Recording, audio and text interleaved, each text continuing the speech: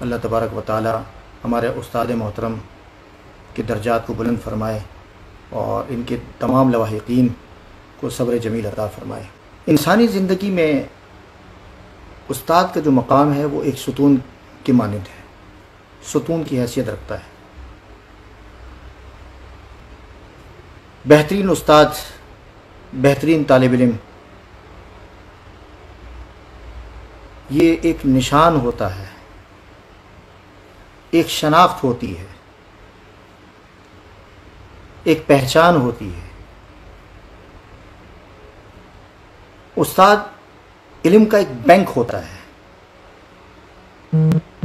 خزانہ ہوتا ہے۔ استاد اپنے علم کے ذریعے سے، اپنے عمل کے ذریعے سے، اپنی سیرت اور کردار اور گفتار کے ذریعے سے علم کو منتقل کرتا ہے۔ طالب علم اسے سمیٹ کر اپنی علم کی پیاس کو بجھاتا ہے۔ اتنا علم حاصل کرتا ہے، اتنا سمیٹتا ہے، اتنا سمیٹنے کی کوشش کرتا ہے کہ زندگی بھر اس کو تشنگی محسوس نہ ہو۔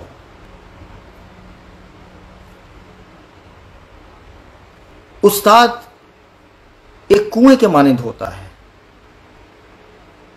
ہمارے ایک عالم دین نے بڑا خوب اس سلسلے میں فرمایا تھا کہ جب استاد کے سامنے جب بیٹھو تو ایک دیگ کی مانند بیٹھو، اور دیگ بھی ایسی ہو کہ جو خالی ہو،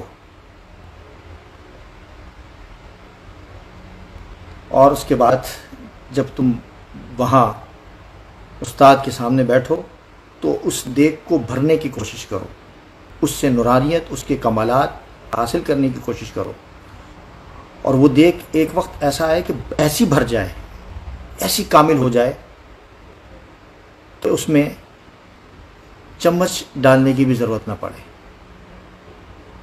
استاد ایک کنواں، ایک آبشار ہوتی ہے۔ میں یہاں اس وقت استاد کے فضائل بیان کرنا نہیں ہے۔ ایک سوال یہاں اٹھتا ہے، لوگ یہ کہتے ہیں کہ اسلاف کا تذکرہ کیوں کیا جاتا ہے، ان کو کیوں یاد کیا جاتا ہے، اور خصوصاً ان کی وفات کے بعد ان کا تذکرہ کیوں کیا جاتا ہے؟ آخر سوال ہے، سوال کرنے والوں کو ایک سوال ہے۔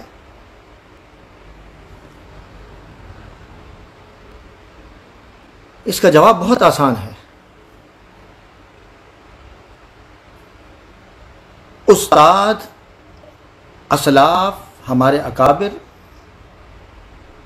اور ہمارا جو تعلق ہے وہ ایک تعلیمی اور علمی دونوں کا جو تعلق ہے وہ علم سے تعلق رکھتا ہے۔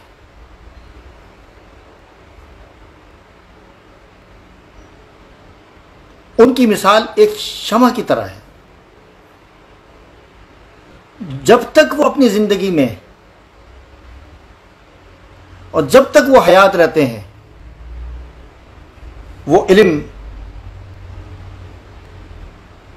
وہ عمل، وہ گفتار، وہ کردار امت کے سامنے پیش کرتے رہتے ہیں۔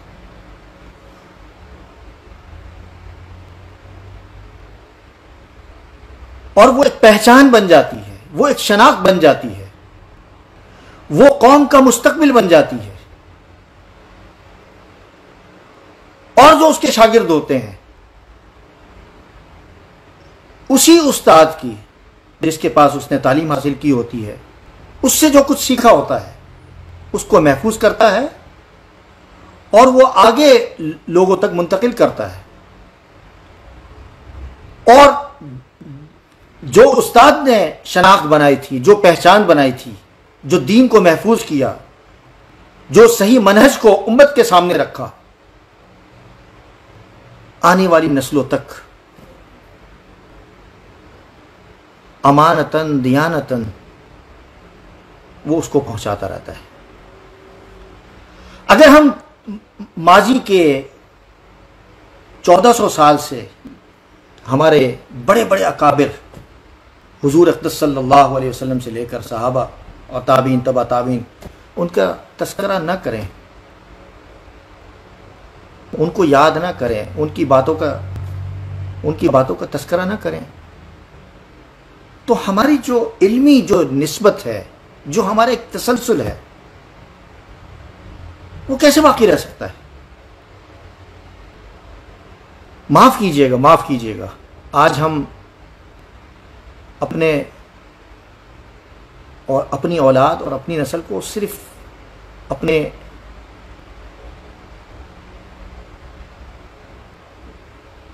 آپ کا تعارف، یعنی صرف والدین ہی کا تعارف کراتے ہیں، اپنا تعارف کراتے ہیں، والدین اپنا تعارف کراتے ہیں صرف. لیکن افسوس کی بات ہے کہ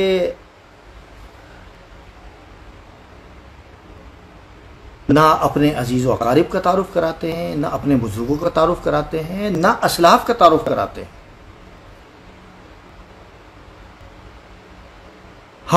ہمارے نوجوانوں کا مستقبل اس وقت خطرے میں ہے کہ جب ہم اپنے نشان اور اپنی شناخت اور اپنے تشخص کو جب بھول جائیں گے، ان کے کردار اور ان کی خدمات کو اگر ہم بھلا دیں گے اور ان کا تذکرہ نہیں کریں گے، انہیں بتائیں گے نہیں، ان کے سامنے تذکرہ نہیں ہوگا، تو ہم اپنے دین کا کس طرح تحفظ کریں گے؟ بہرحال یہ تمہید میں نے آپ حضرات کے سامنے عرض کر دی. جیسے میں نے عرض کیا ہے کہ مجھے استاد کے حوالے سے بات نہیں کرنی، مجھے تو آج جو گفتگو کرنی ہے میرے استاد، میرے مربی حضرت ڈاکٹر عبدالرزاق اسکندر صاحب نور اللہ مرقدہ کا تذکرہ کرنا ہے کہ ان کی زندگی کیسی تھی.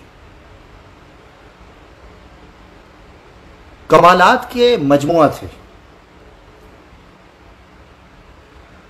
ان کے کردار کو دیکھیں،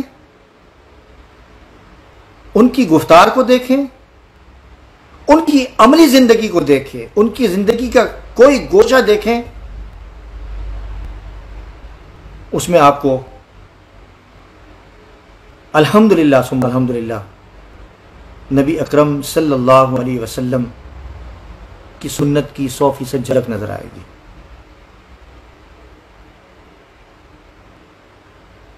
ان کی بات کرنے کا انداز اب دیکھیں کس طرح ملاحت، کس طرح لطافت، کس طرح میٹھے لہجے کے اندر وہ گفتگو کرتے تھے. بڑا سادہ لہجہ تھا، بہت سادہ لہجہ تھا.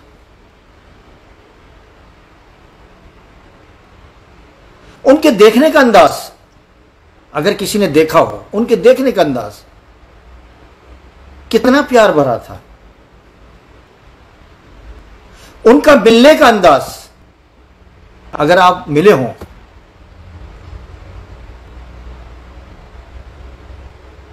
تو کیسا ایک نرالا انداز تھا، مثالی انداز تھا.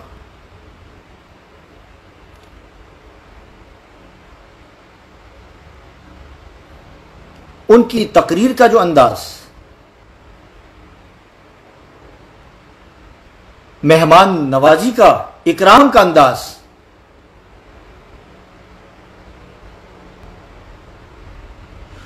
نبی کریم صلی اللہ علیہ وسلم کے بارے میں جیسے آتا ہے، روایتوں میں آتا ہے کہ حضور اقدس صلی اللہ علیہ وسلم کے پاس جب کوئی تشریف لاتا، کوئی مہمان آتا، تو بغیر چکھے کوئی تشریف نہیں لے جاتا. ضرور کچھ نہ کچھ حضور اقدس صلی اللہ علیہ وسلم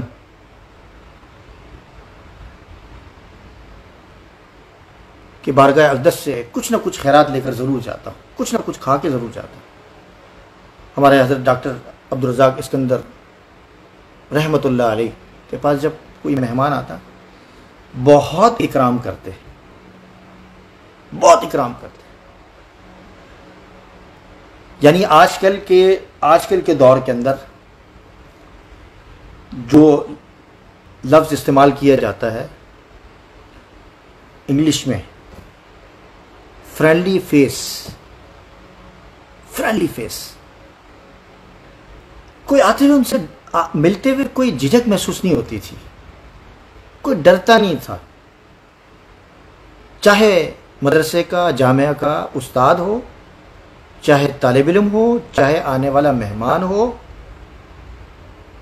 کوئی بھی ہو دنیا کا، بلا تکلف ملا کرتے تھے اور اسی انداز میں پوچھتے تھے کچھ کھائیں گے، کچھ پیئیں گے، اور بغیر ہدیے کے کوئی ان کے گھر سے، ان کے دفتر سے، ان کی بارگاہ سے کوئی جاتا نہیں تھا، واپس نہیں آتا۔ بڑے ہوں، سربراہ ہوں، ملک کے حکومت کے نمائندے ہوں، یا چھوٹا بچہ ہو، طالب علم ہو، استاد ہو، کچھ نہ کچھ وہ دیا کرتے تھے، اور یہی نبی کریم صلی اللہ علیہ وسلم کی سنت ہے، اور کیا ہے، یہی سنت ہے۔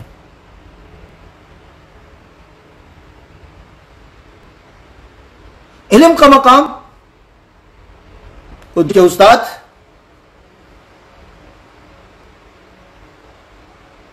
اس مدرسے کے بانی، جامعۃ العلوم الاسلامیہ علامہ بن نوری ٹاؤن کے بانی عادت بن نوری رحمۃ اللہ علیہ جیسے، ان کی نسبت اتنی اعلیٰ، ان کی سند اتنی اعلیٰ، اور حضرت بن نوری رحمۃ اللہ علیہ کے استاد انور شاہ کشمیری رحمۃ اللہ علیہ، اور پھر اگر یہ میں سلسلہ، اگر یہ سند کا سلسلہ اگر میں شروع کروں تو یہ وقت سارا ادھر ہی لگ جائے گا۔ یہ سند جا کے ملتی ہے، یہ کڑی جا کے ملتی ہے حضور اکرم صلی اللہ علیہ وسلم کے ساتھ، بڑی عالی سند، اعلی مقام۔